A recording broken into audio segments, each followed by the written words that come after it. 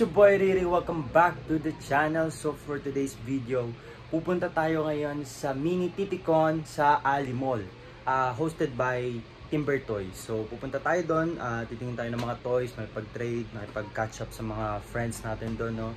Shoutout kay EY Hobbies and Collectibles, kay Sir Ethan, and then kay Boxer Brief Collectibles, kay Sir Rod, no? Shoutout kasi nandun yung shop nila.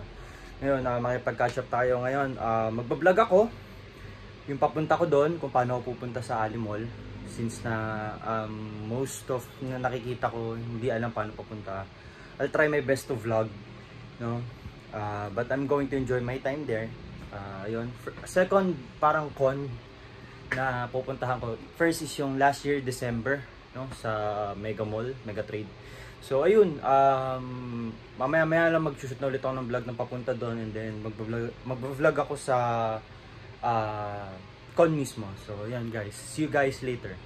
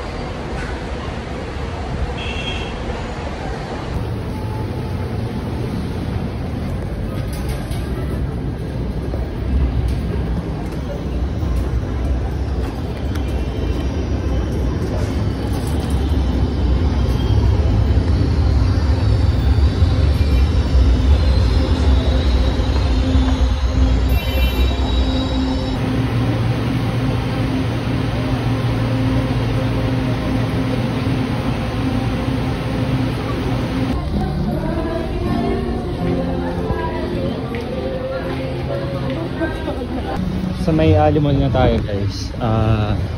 Akitan tayo yan sa may Jollibee.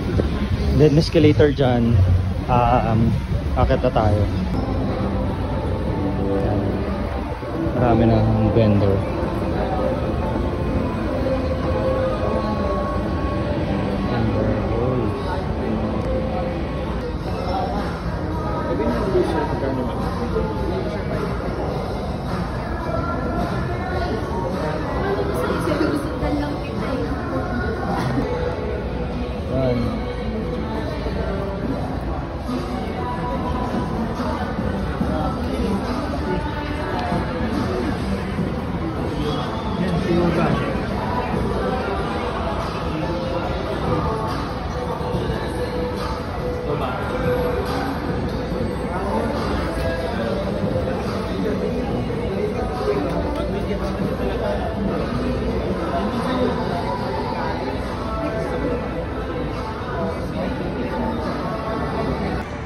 Ayun guys, hindi ako masyado nakapag-vlog kasi daming kwentuhan lang, no?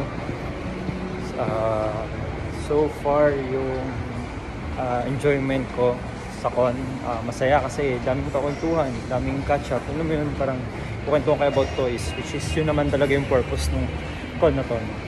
And then syempre yun nga, makabudol-budol, dami ko napiliw. Nilang ko pa ng monkey yung pamangking ko. So ayun, mamaya papakita ko sa inyo. Sulit lahat. With trade tsaka cash. So pumayag naman. Galing to kay EY Hobbies and Collectibles. So ayun, mamaya papakita ko sa inyo siya. Ay, PCR lang ako. Pero happy. Dami. 3 figures to. With surprising deal na binigay sa akin ni Sir Ethan. So ayun guys. guys, no, kakauwi lang natin galing sa mini Titicon Timber Toys. Grabe, what an experience for me. Since na second ko lang to na con, do kahit mini con lang siya. Pero masaya yung experience kasi ang dami mo nakakausap na tao at the same time. Yun nga, nakapag-share kayo about ng toys, yung problems sa community, ano yung mga padating, ano yung mga pinire-order mo, ano yung kinokolekta mo ngayon, ano yung haul mo. So hindi na ako masyadong nakapag-vlog na pinapakita ko yung mga binibili ko.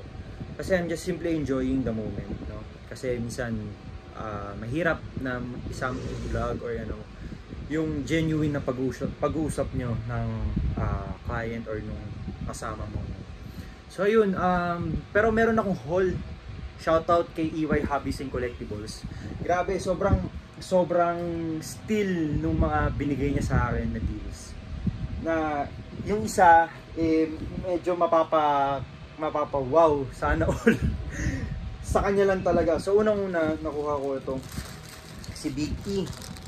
Yan, mura niya na lang binigay yan. Ngayon, itong si Big E na to, basic. Matagal ko na rin gusto magkaroon ng Big E. So, binigay niya sa akin ng murang price. Go na ako. Ayan. Next is ito. Actually, short story about dito sa pagsusunod na papakita kong figure. Gustong gusto ko tong line na to. Like, yung story art nito. Iba-ibang kulay siya. So, parang ang ganda lang kasi dati gusto ko sa Funko yun. Kaso ang hirap i-track down ng iba. So, kaya, eto na lang. Ayan, si Batman orange suit. Ayan. Ayun yung ano niya, iba-ibang suit. Kaya natutuwa lang ako. Tapos yung ano pa siya, old na itsura. No? Ayan, so magre-review ako dito or papakita ko yung haul ko personally. No? Pinapakita ko lang dito sa vlogs ng mabilisan. And then yung ito, isa kong kinuha sa kanya is ito, trade ko. Si Flash Hot Pursuit Injustice 2. Yan. Ang Injustice na game kasi isa sa mga favorite game ko yan, mobile. Yun yung doon ako nagsimula ng parang sabi ko, nakikilala ko yung mga ibang character like sila Black Canary, iba-ibang suit ni Flash. Ito kasi itong particular Flash na to, isa sa mga gusto ko kasi ang linis lang tignan ni Flash sa puti. No? Kasi puro lagi siyang red. No? Kaya ito, kinuha ko na. Nakipag-trade ako sa kanya. Kompleto naman. Nalus lang yung isang effect. Pero okay naman din. And then, yung pinaka sulit steel lahat na tawagan nyo. Pero ito, si Maximum Spider-Man. Medyo sira lang yung box. Pero, yun nga, bubuksan ko naman siya. Ayun. Itong Spider-Man na to, grabe. Missing webs lang. Missing accessories lang. Missing isang hands. Yan, makikita nyo. Pero overall, yung figure tsaka yung ano naman ng ano mo yung hinahanap mo. Binigay niya sa akin to ng 1.8. Pero nakipag-trade ako doon sa ibang part. Parang 800 ko na siya nakuha. So, ayun.